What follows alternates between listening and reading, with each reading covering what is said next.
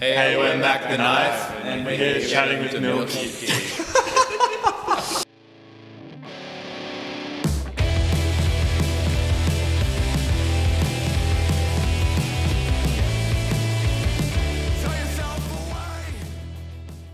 We were a high school band to begin with. Originally it was Curtis singing, and that didn't really work out. And originally Bryn joined the band and guitar.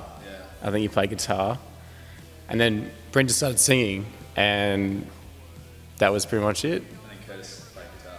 Yeah, Curtis didn't know how to play guitar, and so he learnt how to play guitar. Our first gig was at high school. That was pretty sick. That's definitely the height of our career, isn't it? Yeah. World Earth Day. Anthony, how was your high school experience within Mac the Knife? I'm a ring-in. I came in late, and I'm glad I did come in at this time. I don't think I would have made it if I came in at high school. I wasn't very cool. I've reached my peak a little bit later than then. But you guys, yeah, I wasn't a Newtown Performing Arts kid, so didn't quite make the cut. Well, I wrote most of the song during lockdown of last year, which feels like a bit of a cliche, being like, oh, lockdown song. But I did actually end up writing quite a bit last year. At its core, it's kind of like a letter to myself and to anyone else who struggles with anxiety around other people's opinions of you and other people's judgments of you. And like there's a thing in psychology called mind reading, where you kind of walk into a room, you walk out of a room, and you create all of these things that people have thought or said or judged about you. And so this song is kind of a letter to myself to say, you don't have to let that take over your life.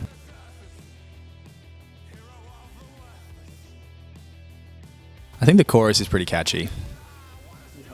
Yeah. Yeah, I'm pretty proud of the chorus. And also Curtis's riff or solo at the end in kind of the last quarter of the song is pretty rad, I reckon. I think that just comes down to our influences, I think. Yeah, it's just a collaborative event, I guess. All of us have our own taste in music, and that merged together is Mac the Knife. I think we're all going to answer the same question.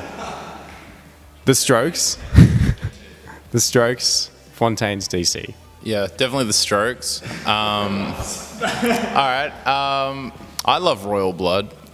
I think their guitar tone's pretty awesome. So I definitely like to look into that and kind of see what kind of gear they're using, because it's actually super interesting. They use a very strange rig. It's very cool. And now I'll spend the next 40 minutes explaining their rig. No. Yeah, so Royal Blood and Murder Capital. They're pretty bloody cool. Anthony? Me? I think I'm going to take one of yours. Oh, okay, no hands. I reckon Shame and Parquet Courts. Yeah. For me, I like that side of things. Obviously, Strokes and Fontaine's DC are massive. There's something about them something about Shame, particularly, that for whatever reason in my head feels a little bit, I don't know, it's got a different kind of angle to it. Feels kind of lighter than maybe a lot of the stuff that influences us, which I kind of like, particularly a lot of the bass lines I have. For me. Same with Parquet Courts Yeah. as well. They're a bit more fun and a bit lighter. And then also in terms of like an Australian band, the Peep Temple, who don't play it together anymore, but Blake Scott, who's the lead singer of the Peep Temple, his solo project as well is like a massive inspiration sonically and vocally as well for me.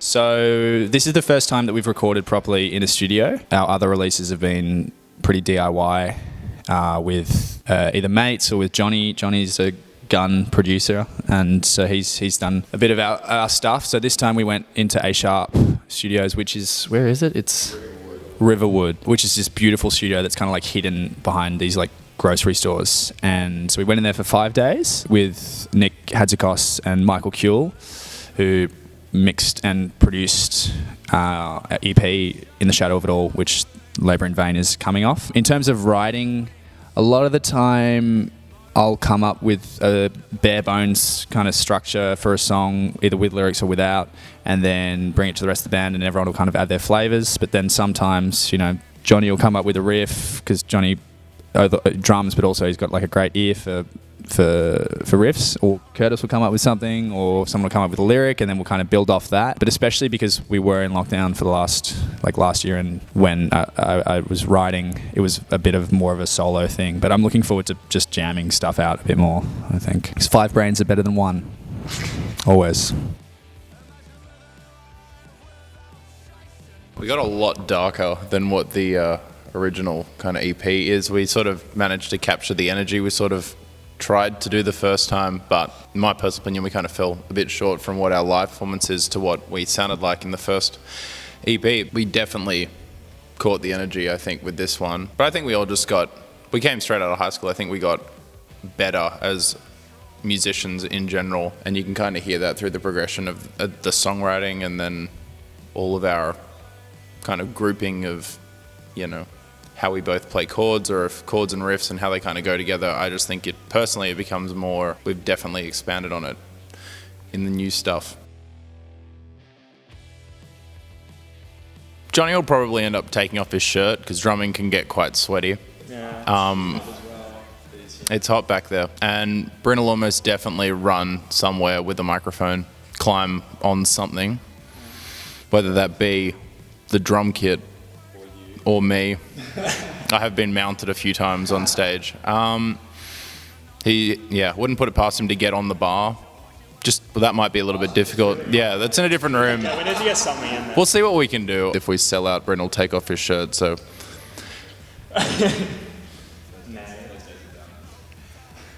I'll work on it. Anyone else? What can we expect, Anthony, from...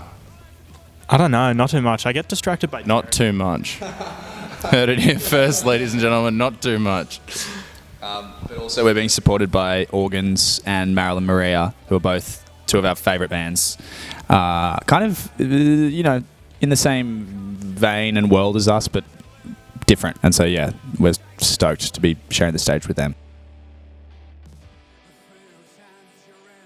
Hell yeah. Yes. That'd be rad. We'll send this to the producers and pitch it. Except I'm 17 in that show, and I don't know. I'm just playing with a bunch of 25-year-olds. But yeah, that would be rad.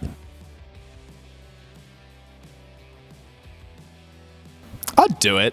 It could be fun. I'm not a massive fan of musicals, but it'd be fun. Just for maybe just one episode. Could be cool. It's a bit of a gimmick, though, because I feel like Riverdale's already done it. Yeah, so we'll have another single out in late Jan, early Feb, I'd say, and then potentially a third single about a month after that, and then the EP following that. We're not sure if we'll do 2 or 3 singles, but probably 3. I guess like I said before, we haven't recorded in a proper studio before, and I think that like the sonic range of the music is just like miles ahead of where it was. And also, like Curtis was saying, the songwriting as well is really shifted. Like I feel like initially with our first EP, a lot of those songs were kind of, the inspiration was like Violent Soho and like I guess Dizzy Death Rays, and then over the span of the years since what was that, 2018, I think all of our taste has shifted quite a bit. Like still love those bands, but I think there's been a lot of overseas influence from like bands from the UK like Shame and Idols, The Murder Capital, Fontaine's DC. So yeah, I think that the tone of it, although similar, has kind of grown a bit. Yeah.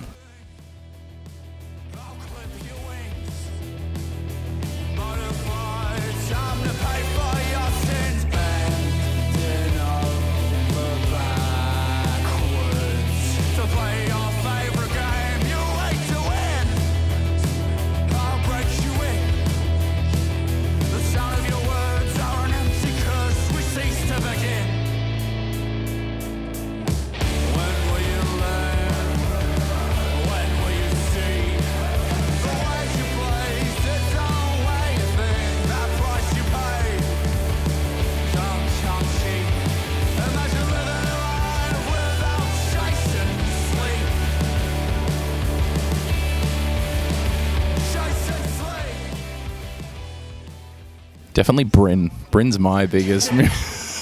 Bryn's band and Heartbreak High. Elton John. Sure, Elton John. Why not? That'd be rad. Is This It by The Strokes? Zodiac? It's like my favourite movie. Am I sober enough to play this next riff? Yep, that's pretty accurate. Generally, Yeah. yes. Generally.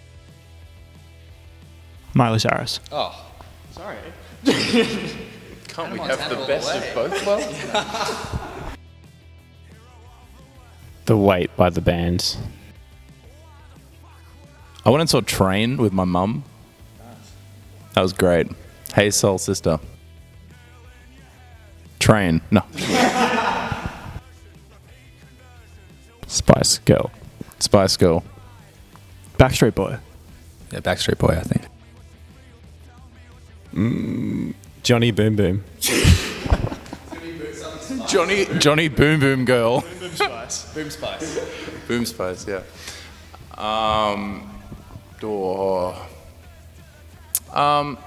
Erratic Spice. If I give you one. Yeah, go. D-Lo. It'd just be D-Lo. Anthony's last name is Di Lorenzo, and he's also his nickname. But I feel like D-Lo. That's a good Backstreet Boy name. How many of you on? Spider. No. Yeah, Spider. No, I'm not doing. I won't do that to you. It's a different world. I know. Just gotta think of you. Just what's the coolest thing about Brent? Not much. Big shot. Big shot. Bust a move. Jolly Wombat.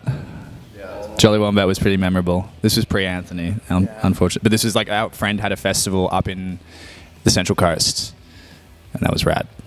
That was very fun. Gives You Hell. I'm sorry. I'm really sorry. It's a good song. It's produced by Eric Valentine, and it's so good. I actually don't listen to a lot of punk in general. I listen to a lot of jazz. I actually have a degree in singing, which is hilarious because I play guitar, and actually don't do very much with my singing degree. But I do a bit. You might hear me screaming in some of the song, and that's pretty cool. No, definitely jazz, and I love Tom Minch. If he wants to have some punk music to do some things on, I'm there. Black Eyed Peas, for sure. I didn't even know that's guilty. That's just... Dude, I mean, either that or Dua Lipa Future Nostalgia. Mm-hmm. Yeah. I hide them from the punk side. One of my favorite artists is Chet Baker, the jazz musician. But I don't think that's guilty. I don't think it's guilty. Yeah. Bowie. Don't play music. Just take it as it comes. That's nice. I don't know if there was a moment in particular. I've played trumpet when I was a kid for a while, and then I got to like 13 or 14, and I was like, I want to sing. I can't sing while I play this. So that's when I started playing. That's the moment I knew I wanted to start playing guitar.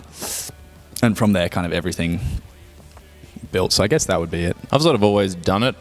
Never really did that much else. I kind of did it in primary school, then got into played the clarinet, and very similar. I couldn't sing with the clarinet. That's a selling point. If someone can figure it out, please let me know. Yeah, I got into Newtown and then went to AIM before I got into HSC. So it was sort of just all it's always sort of done it. Never really did anything else.